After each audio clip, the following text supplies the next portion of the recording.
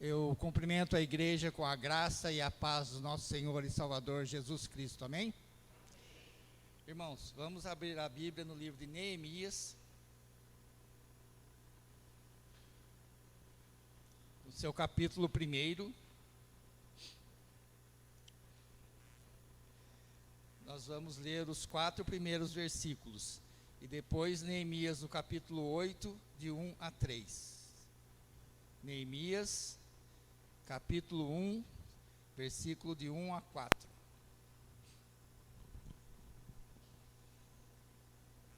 Amém? Neemias, capítulo 1, versículo 1 diz assim: As palavras de Neemias, filho de Eucalias.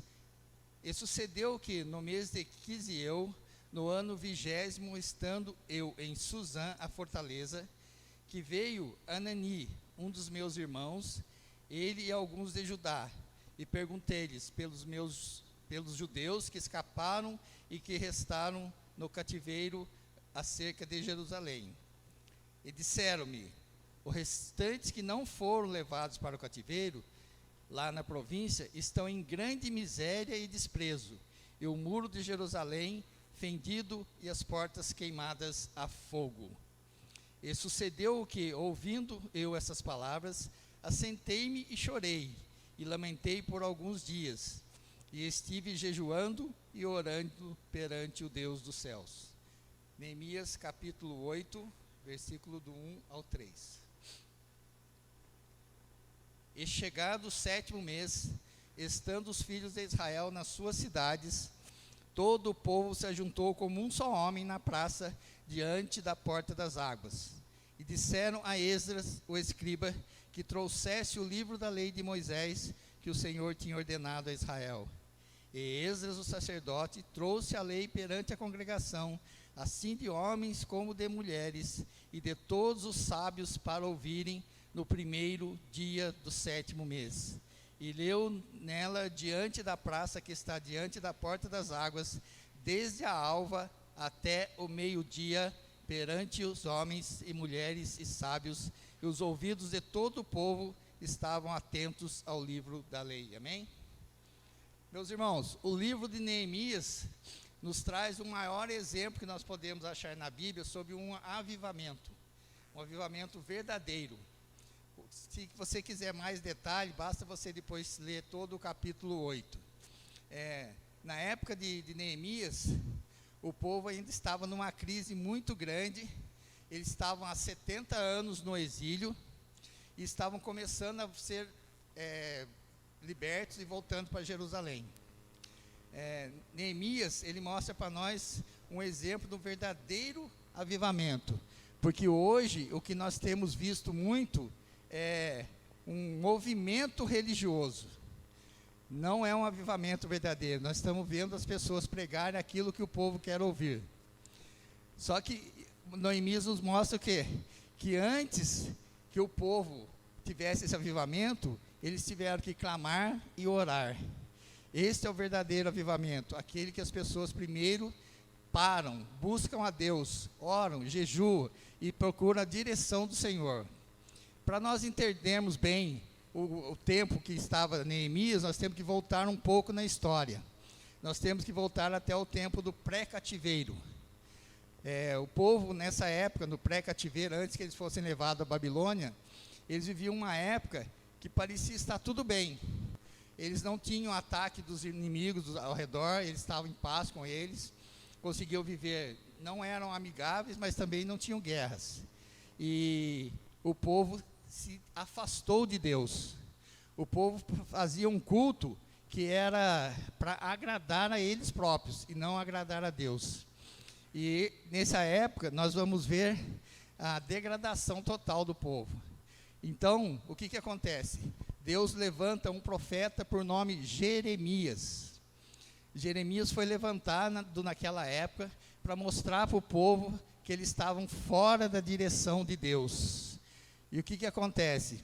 Jeremias começa a pregar e falar para o povo: a ira de Deus virá sobre vós. Mas o povo não acreditava, porque eles estavam vivendo em paz.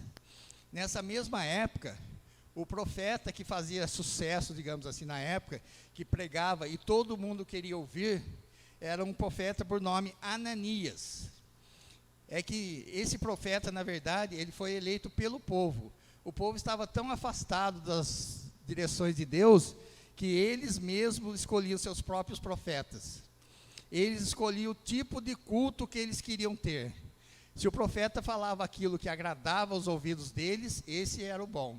E Ananias era assim. Ananias hoje seria tipo um pregador da prosperidade. A pregação de Ananias era aquela que todo mundo queria ir. Porque o que Ananias pregava? Ele pregava paz e prosperidade. Vocês vão continuar tendo paz, vão continuar prosperando. Deus manda dizer para vocês que a vida vai continuar assim, do jeito que está boa. Aí vem Jeremias e fala, não, a ira e a fúria de Deus virá sobre vós e vocês vão ser levados para o cativeiro. Ninguém acreditava na época de Jeremias, meus irmãos. O profeta que todo mundo queria ouvir era o Ananias. Porque Ananias era aquele que deixava o povo satisfeito, feliz, que enchia o ego da pessoa. As pessoas lotavam os cultos de Ananias. Jeremias, só para vocês terem uma base, ele foi proibido de entrar no templo e de pregar, porque ele era tido como um profeta herege. Esse aí não vem de Deus, sendo que era Jeremias que realmente tinha a palavra de Deus nos seus lábios. Só que Jeremias nunca desistiu. Jeremias, ele foi surrado, foi preso, chicoteado, ele não desistiu de pregar a palavra de Deus. Jeremias ficava na porta do templo enquanto Ananias pregava. Ananias tinha aquela pregação gostosa de se ouvir, aquela que todo mundo gosta. Paz, paz e prosperidade. Nós vamos sempre ter isso nas nossas vidas. Deus nos abençoa sempre. E não cobrava nada do povo. Coisa muito semelhante ao que nós vemos muito hoje em dia. Eu sempre costumo dizer até para o pessoal da classe, que nós nunca vamos ver essa igreja aqui apinhada de gente. Pessoas disputando um lugar porque não tem onde sentar. Porque ainda bem que essa igreja continua fiel à palavra de Deus. Essa é uma igreja de Jeremias. Mas as igrejas que vocês veem aí fora, que tem gente brigando para conseguir entrar na igreja porque não tem lugar, quem está no púlpito é um Ananias, não é um Jeremias. O Ananias continua fazendo sucesso hoje, meus irmãos. O Jeremias não. Mas Deus nos chama para sermos Jeremias e não Ananias. O verdadeiro servo de Deus é aquele que vai pregar o que realmente isso aqui diz, a palavra de Deus. Mas naquela época, ninguém dava crédito para Jeremias. Todo mundo dava crédito para Ananias. Hoje nós estamos vendo a mesma coisa acontecer, parece que nós estamos revivendo aquela época, porque é o que eu sempre, a Bíblia nunca fica velha. O que você lê aqui, ele aconteceu, acontece hoje e vai acontecer amanhã.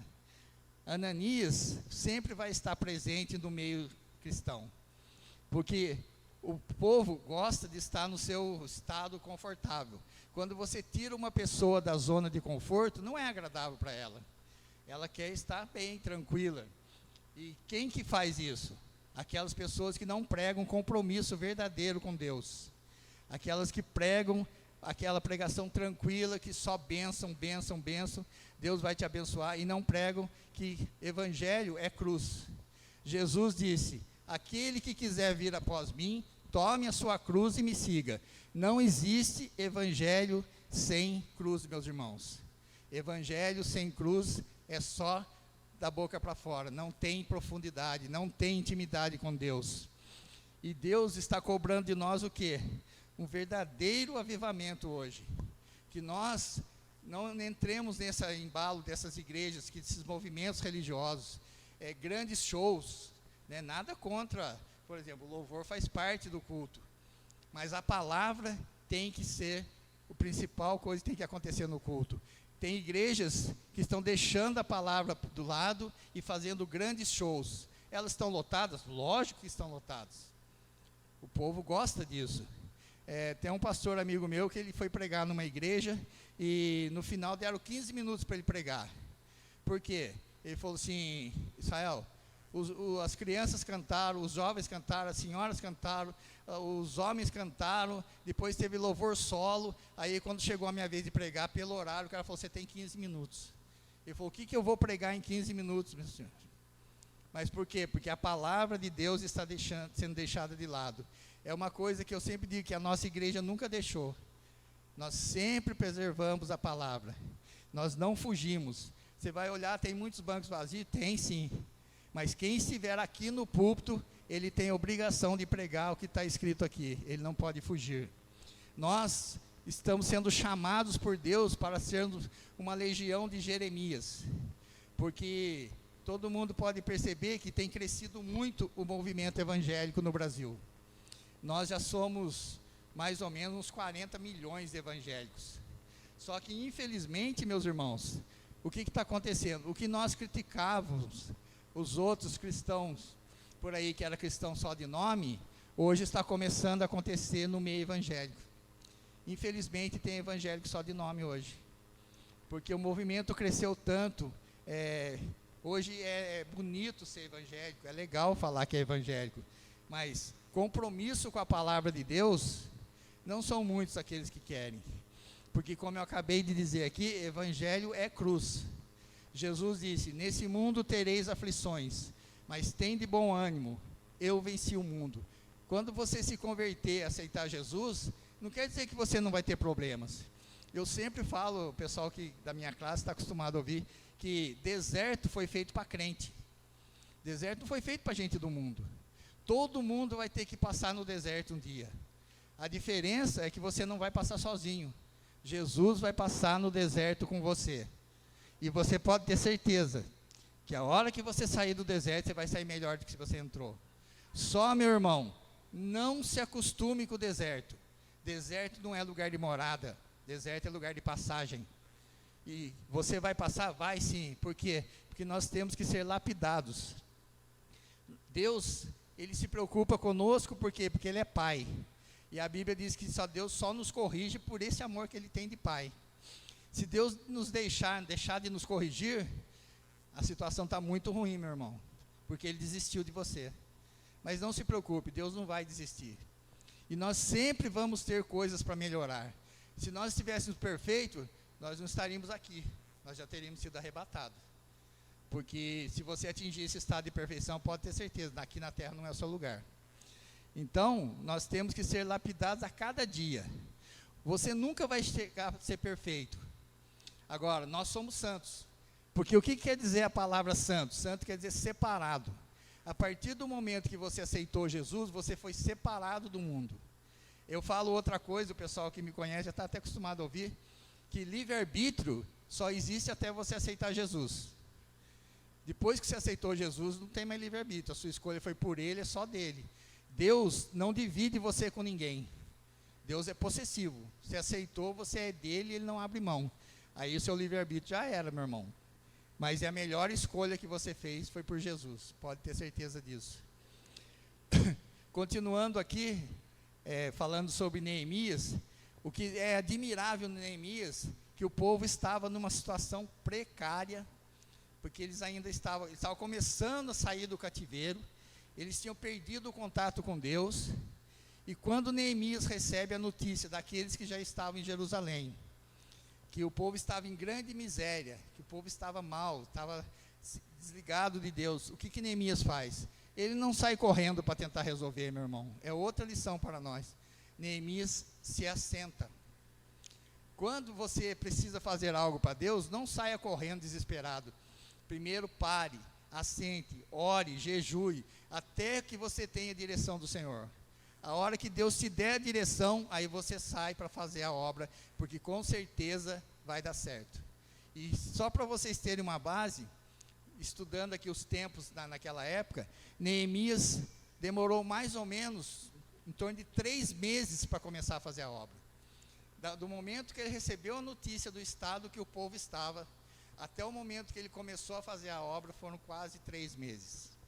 Aí você vai falar assim, mas pô, ele demorou tudo isso? Ele demorou sim, enquanto ele não sentiu que Deus ele estava totalmente preparado por Deus, ele não saiu na caminhada. Ele falou, com as minhas pernas eu não sou capaz. Porque, meu irmão, nós não somos capazes por nós mesmos.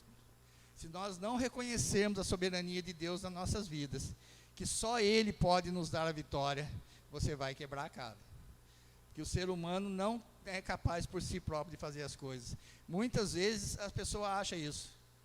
Nisso aqui eu faço, eu sei, eu entendo. Você tem que ter a direção de Deus na sua vida, meu irmão. Em tudo que você vai fazer. Até nas pequenas coisas. Muitas vezes você fala assim, isso não vai incomodar Deus, porque é uma coisa tão simples. Deus não vai se incomodar com você. Deus se alegra quando você coloca a sua vida totalmente na mão dele. E foi o que Neemias fez na época. Neemias falou, eu não tenho condição de fazer nada por enquanto, eu vou procurar a direção de Deus. E demorou 3 meses, ele esperou 3 meses. É outra coisa que para nós é muito difícil, a espera. Porque o tempo de Deus não é o nosso tempo, o tempo de Deus é o Kairos, o nosso é o Cronos. Para Deus, como a Bíblia mesmo fala, um dia é como 1000 anos como um dia. Porque para Ele não existe, o tempo não acaba. Então, para você entender o tempo de Deus já é uma coisa difícil. Mas nós temos que esperar o tempo de Deus. Outra coisa, meu irmão, se você está aguardando uma bênção, e Deus te prometeu, no tempo dele, ele vai cumprir. E você não tem que tentar ajudar Deus. Se você tentar ajudar Deus, você vai atrapalhar. E, inclusive, você pode retardar a sua bênção. Deus não quer que você ajude. Deus é o Deus do impossível. Agora, se existe uma parte que é possível, aí cabe a você. O cara está desempregado, precisando de um emprego. Ele ora, Deus fala, eu vou abrir uma porta para você, mas ele fica sentado em casa tomando Coca-Cola e assistindo a sessão da tarde. Deus não vai arrumar um emprego para ele, filho. Ele tem que sair atrás, ele tem que levar currículo, ele tem que buscar, e Deus vai abrir a porta. Mas a parte dele, ele tem que fazer. Deus só faz o impossível, o possível cabe a nós. Então, se Deus te prometeu algo, meu irmão, só você pode atrapalhar. Ninguém pode tomar a sua bênção. E olha, eu sempre digo isso porque, por experiência e vivência com outras pessoas, eu vejo. Não existe um ser humano que Deus não tenha uma bênção na sua vida. Tá? Deus, eu costumo dizer assim, Deus tem um estoque de bênção no céu. E o Gabriel é o anjo do correio, né? Ele que, Deus fala assim, Gabriel, pegue a bênção e leva para o meu filho lá. Deus se alegra quando ele pode chamar Gabriel e falar, Gabriel, vem aqui. Aquele meu filho está preparado para receber a bênção. Pode pegar e entregar para ele. Porque outra coisa, Deus também não vai entregar a bênção para você se você não estiver preparado. Porque a bênção pode virar uma maldição, se você não está preparado para recebê-la. Deus faz tudo perfeito, meus irmãos. Nós é que estragamos as coisas, porque somos pecadores. Deus criou o homem perfeito. O homem tinha uma ligação perfeita com Deus. O que fez quebrar essa ligação? O pecado. E desde que o homem pecou, que nós estamos tentando nos aproximar de Deus e sempre fazendo coisa errada, Deus nos perdoando e corrigindo, por isso que Deus nos disciplina. Meus irmãos, naquela época, depois de 3 meses, então Neemias faz o que? Sai para fazer a obra. Aí que nós vamos ver como o povo precisava de uma liderança, né? O povo estava perdido, estava totalmente humilhado pelo cativeiro. Aí vem Neemias e ele consegue fazer algo assim grandioso. O livro de Neemias é assim muito gostoso de ler, porque você vai ver uma obra maravilhosa que foi feita no povo de Deus. Ele consegue reunir o povo na praça. Aqui vai falar assim, que os estudiosos chegaram a uma conta que aproximadamente 42.000 pessoas se reuniram numa praça para ouvir a palavra de Deus. E quando nós lemos no capítulo 8, quando eles chamam Esdra, traga o livro daquela época, eram as leis de Moisés, é a nossa Bíblia hoje, meu irmão. O povo estava sedento da palavra. O povo clamou, Esdra, traga o livro, leia o livro. E Esdra traz o livro. Eles prepararam um púlpito para o Esdra, para ele ficar mais alto, porque foi no meio da praça. Agora vocês imaginam, 42.000 pessoas num culto. Esse culto que está no livro de Neemias, foi o primeiro culto depois de 70 anos de cativeiro. O povo estava 70 anos sendo escravizados.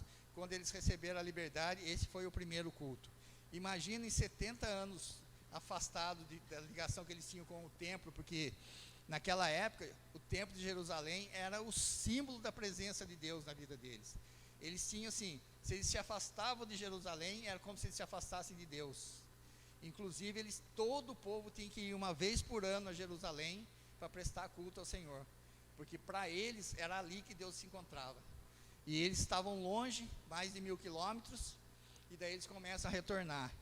E Esdras consegue, num dia, num único culto, 42.000 pessoas. Não tinha sistema de som, não tinha microfone. Eu tenho um pouco de dificuldade com o microfone, vocês já perceberam, né? Eles não, era só na garganta, e as 42.000 pessoas naquele silêncio para ouvir o quê? Que estava no livro. Esdras, leia o livro. E vocês sabem por quantas horas Esdras leu esse livro na presença do povo, meu irmão? 6 horas. Vocês conseguem imaginar um culto com 6 horas de duração? O culto nosso dura em torno de 1 hora, 1h30, certo? Muitas pessoas não conseguem mais se concentrar mais que 1 hora. Você vai ver que já começa a pegar o celular, dar uma olhada em WhatsApp, já perderam o foco no culto. Agora imagina, o povo estava tão desesperado pela palavra de Deus, que eles ficaram ali durante 6 horas sem se mexer, ouvindo a palavra de Deus.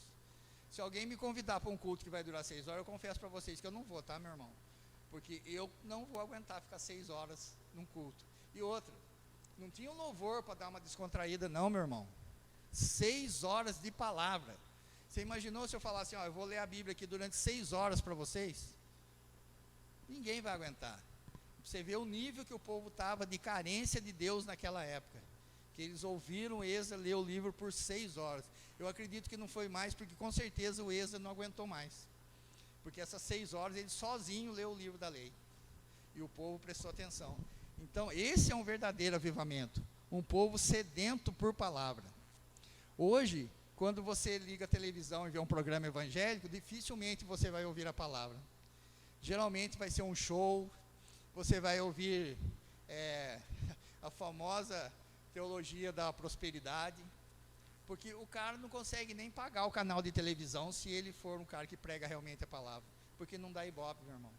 Infelizmente o povo não está preparado para ouvir a verdade, mas Deus cobra de nós.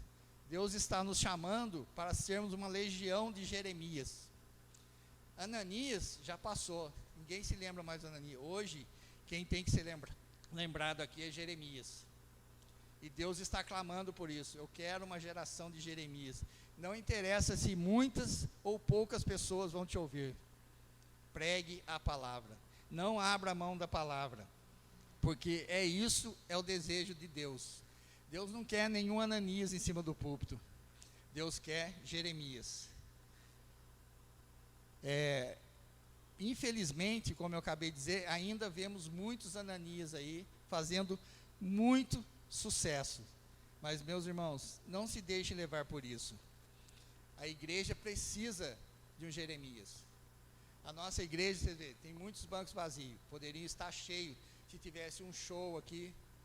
Se tivesse, eu costumo dizer, os irmãos me desculpem se discordar de mim, mas como fazem festa aqui na igreja, os irmãos podem reparar que muitas pessoas que há 10 anos não vêm na igreja, você liga e fala assim, mas vai ter uma festa, porque, olha, eu acho que quando você se converte, o estômago aumenta, tá, irmão?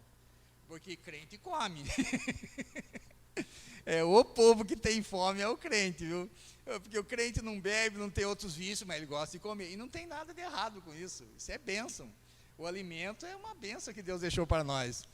Mas a gente vê isso aqui, que tem muitas pessoas que têm que ter um evento especial para eles se sentirem motivados a ir à casa do Senhor. Meus irmãos, a gente vem aqui uma vez por semana no culto, fica 1h30, e a quantia de bênção que Deus nos dá, isso aí não é nada.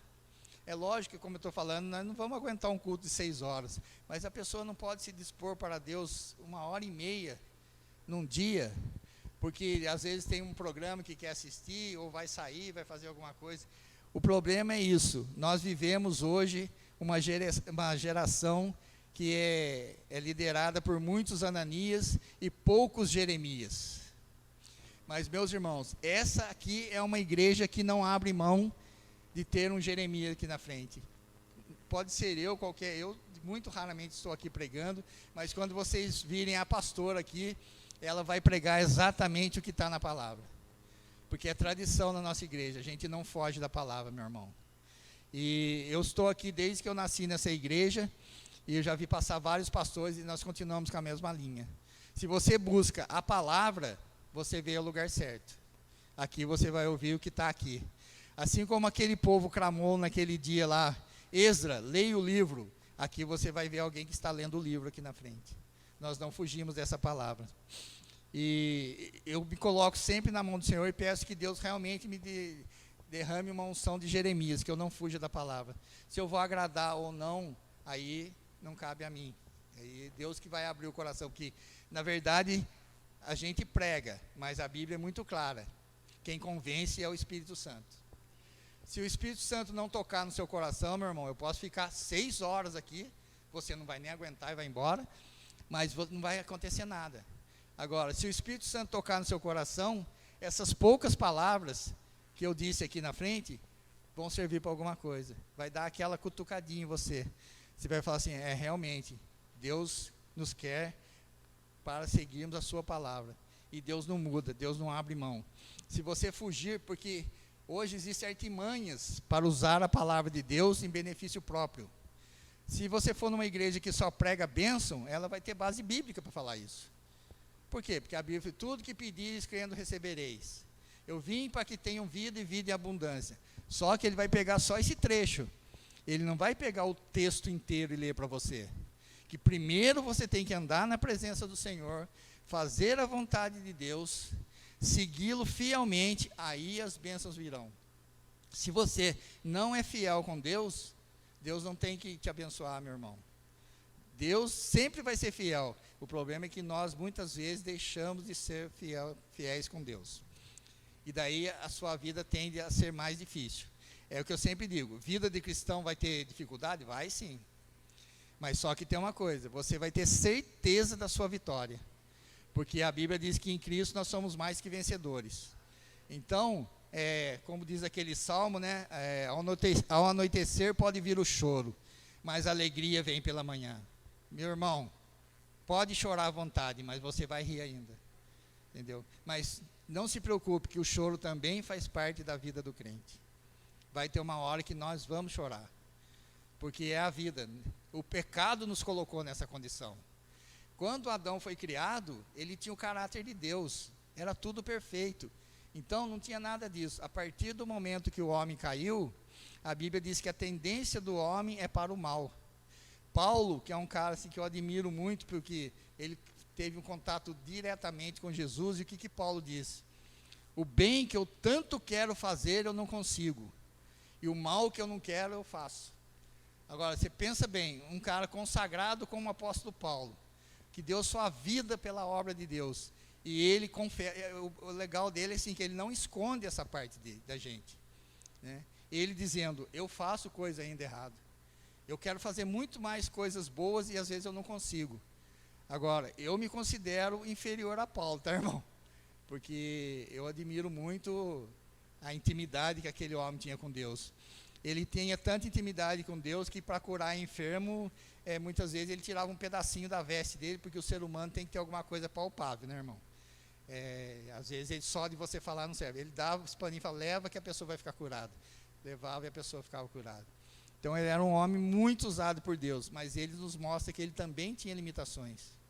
E é bom nós podermos ver isso, porque muitas vezes a pessoa acha que ela tem que ser perfeita para que Jesus possa levá-la. Não. Se Jesus fosse salvar só quem fosse perfeito, não ia ter ninguém no céu, meu irmão. Nós estamos caminhando rumo ao alvo. Nós caminhamos em direção à perfeição. Mas nós nunca vamos atingir a perfeição, a não ser na vida eterna. Mas, meus irmãos, a palavra que eu quero, não quero me prolongar muito, a palavra que eu quero deixar para os irmãos hoje é essa. Irmãos, vamos ser uma geração de Jeremias. Não vamos abrir mão da palavra de Deus. Não interessa os modismos, não interessa o que está acontecendo na mídia, não interessa se você olha para outra denominação e está transbordando de gente. Se você for num culto desse, você vai ver que vai faltar palavra. Nós não podemos abrir mão da palavra de Deus. Esse aqui é o nosso guia, meu irmão. Isso aqui serve para direcionar a nossa vida em qualquer momento. Eu sempre digo que Qualquer pergunta que você tenha a respeito da sua vida, o que fazer, a Bíblia vai ter a resposta. Só que muitas vezes a resposta não é aquela que você quer ouvir, né? Aí fica difícil, só que você tem que estar com os seus ouvidos atentos para ouvir a resposta de Deus e aceitar, porque Ele sempre vai querer o melhor para você.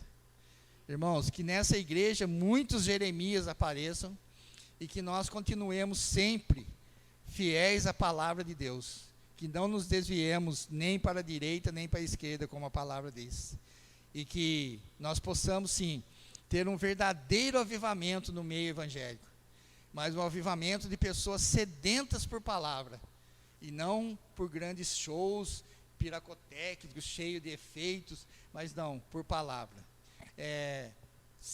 Se um dia a escola dominical tivesse mais gente do que tem num desses cultos, cheio de shows por aí sim nós estaríamos presenciando pessoas realmente querendo um verdadeiro avivamento, porque não existe melhor lugar para nós aprendermos a palavra, meu irmão, do que na escola bíblica dominical. Realmente ali, se você quer aprender de Bíblia, frequente uma escola bíblica dominical, porque aqui no culto a gente pega uma passagem e prega em cima dela, mas não dá para aprofundar muito. Na escola dominical, é aí que nós podemos estudar realmente com detalhes a palavra de Deus. É muito importante, meus irmãos, e principalmente para as crianças. Eu frequento a escola dominical desde que eu nasci. Você vai ver que vai ajudar muito, sabe, na formação do caráter do seu filho, porque a criança vai aprender desde pequenininho como é ser um verdadeiro servo do Senhor. E olha, criança guarda o que aprende. Eu já vi testemunho de mães depois que a filha chega em casa e fala umas coisas que ela fala: meu Deus, como é que guardou? E eu não prestei atenção nisso. Porque criança tem uma memória muito boa e aprende muito rápido. Por isso, meus irmãos, vamos valorizar também a nossa escola dominical, porque ela é muito importante na vida da igreja. Amém, irmãos? Senhor Deus e Pai, eu te louvo e te agradeço por essa oportunidade de estar aqui na tua casa, Senhor. Essa casa que é chamada casa de oração, Pai. Senhor, derrama uma unção, Senhor Deus, de Jeremias nesse povo, Pai querido, para que nós possamos levar a tua palavra, Senhor Deus, sem nos desviarmos dela, nem para a direita, nem para a esquerda, Pai. Que nós possamos fazer realmente a tua vontade, Senhor, e que aconteça, Pai querido, no meio evangélico, no meio cristão, Pai, um verdadeiro avivamento, Senhor Deus, mas aquele avivamento sério, de pessoas sedentas pela tua palavra, como aconteceu naquele tempo de Neemias, Pai querido. Que nós possamos, Senhor Deus, cada vez mais nos aprofundarmos na tua palavra e colocarmos em prática, Senhor Deus, porque nós precisamos viver a tua palavra, Pai. Senhor, perdoa os nossos pecados, nos abençoa, guarda cada um aqui, Senhor Deus, leve em paz para os seus lares, é o que eu te peço em nome de Jesus. Amém.